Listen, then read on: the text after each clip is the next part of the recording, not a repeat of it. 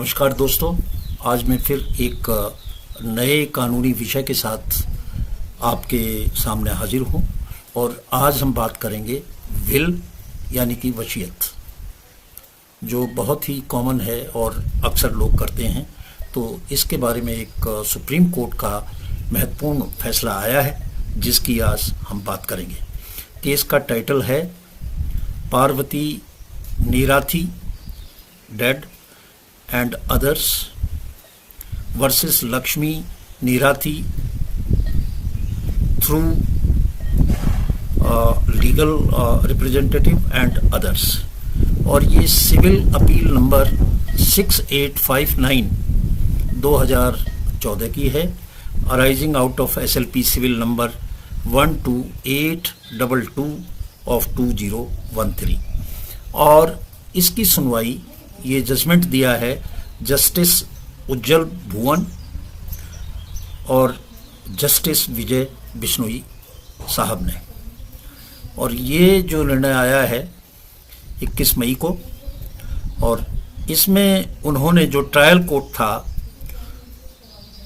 उसका जो जजमेंट था और उसके बाद में फिर हाई कोर्ट कर्नाटक का जो जजमेंट था उसको सुप्रीम कोर्ट ने सही माना। उसमें जो मुख्य बात कही गई वो ये है कि जो विल है, ज़्यादातर लोगों में कन्फ्यूजन होता है कि विल तैयार की है। अब वो जो विल है रजिस्टर्ड कराएं तो उसकी कीमत ज़्यादा होगी, उसकी वैल्यू ज़्यादा होगी, उसकी रिलायबिलिटी ज़्यादा होगी, और अगर रजिस्टर्ड ना कराएं तो उसकी वैल्यू कम होगी। इस पे एक निर्णय दिया है और न्यायमूर्ति उज्जवल भुवन और न्यायमूर्ति विजय बिश्नोई ने साफ कर दिया कि जो ये है एक जो बिल जो रजिस्टर्ड है और एक नॉन रजिस्टर्ड है, इन दोनों में कोई भी फर्क नहीं है, चाहे उस बिल को आप रजिस्टर्ड कराएं और चाहे ना कराएं। पीठ ने कहा कि इसमें एक व्यक्ति जो था उसने अपनी बहन के पक्ष में जो है ये विल की थी और अपनी वाइफ और अपने जो बच्चे थे उनके लिए ये वसीयत नहीं की थी। तो इस पे सवाल उठाए उन्होंने कि भाई उसने अपनी बहन के फेवर में विल की, सारी संपत्ति की, और अपने बच्चों और वाइफ को नहीं दी, और विल जो है रजिस्टर्ड नहीं है। तो इसलिए ये जो विल है इसको गलत माना जाए, इसको फेक माना जाए। तो ये आपत्ति उसके जो असल वारिस थे यानी कि जो नेचुरल वारिस थे उन्होंने की थी। तो इसमें स्पष्ट किया माननीय सर्वोच्च न्यायालय ने कि जो एक पहले भी एक का फैसला था उस पे रिलाय करते हुए ईश्वर देव नारायण सिंह बनाम कामता देवी 1953 का ये फैसला था SCC 295। तो उसमें उसको रिलाई करते हुए उन्होंने कहा कि भाई इन्होंने जो ये एलिगेशन कहा है कि ये फोर्ज है और फैब्रिकेटेड है, तो उसमें जो क्वेश्चन कहा वो मेन जो बात थी उनकी ये थी कि फोर्ज और फैब्रिकेटेड इसलिए है।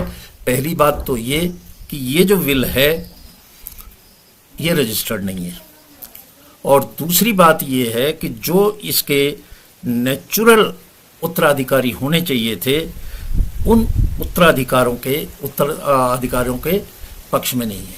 और तीसरी बात ये है कि जो लैंड का रिकॉर्ड होता है, राजस्व का रिकॉर्ड, उसमें भी म्यूटेशन जो है उसके जो नेचुरल जो उसके यानी कि वाइफ और बच्चे हैं उनके नाम पे वो संपत्ति म्यूटेट कर दी है, परिवर्तित कर दी है। तो इन सब को उन्होंने बड़ा स्पष्ट कहा। उन्होंने कहा कि पहली बात तो रजिस्टर्ड और नॉन रजिस्टर्ड के बीच में कोई भी फर्क नहीं है। दूसरी बात कि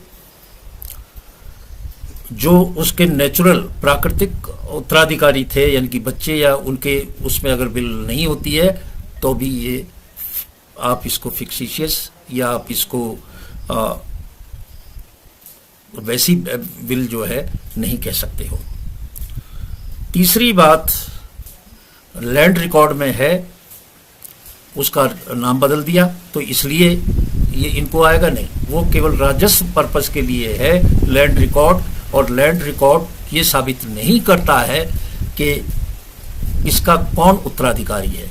ये लैंड रिकॉर्ड का काम नहीं है।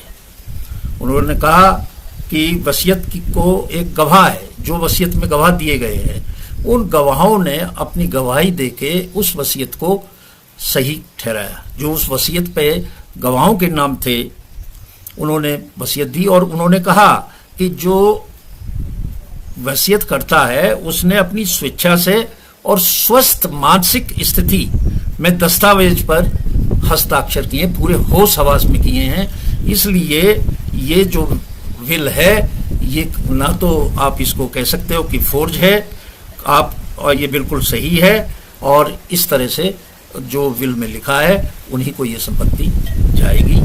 कोई रजिस्टर्ड विल या नॉन रजिस्टर्ड का कोई मतलब नहीं, लैंड रिकॉर्ड का कोई मतलब नहीं, और जो उसके नेचुरल उत्तराधिकारी होने थे उनके लिए नहीं की गई, इसका भी कोई मतलब नहीं।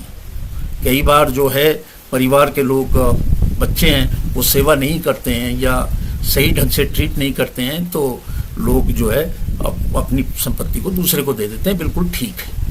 तो ये एक अच्छा डिस्टिंक्शन किया है, क्योंकि अक्सर लोग पूछते हैं कि साहब अगर मैंने रजिस्टर्ड नहीं कराई विल तो उस विल का क्या होगा।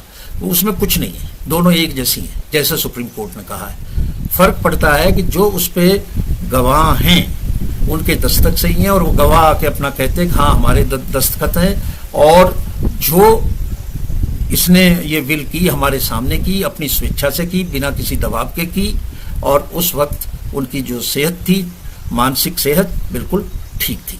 आज इन्हीं शब्दों के साथ मैं आपसे विदा लेता हूँ। नमस्कार।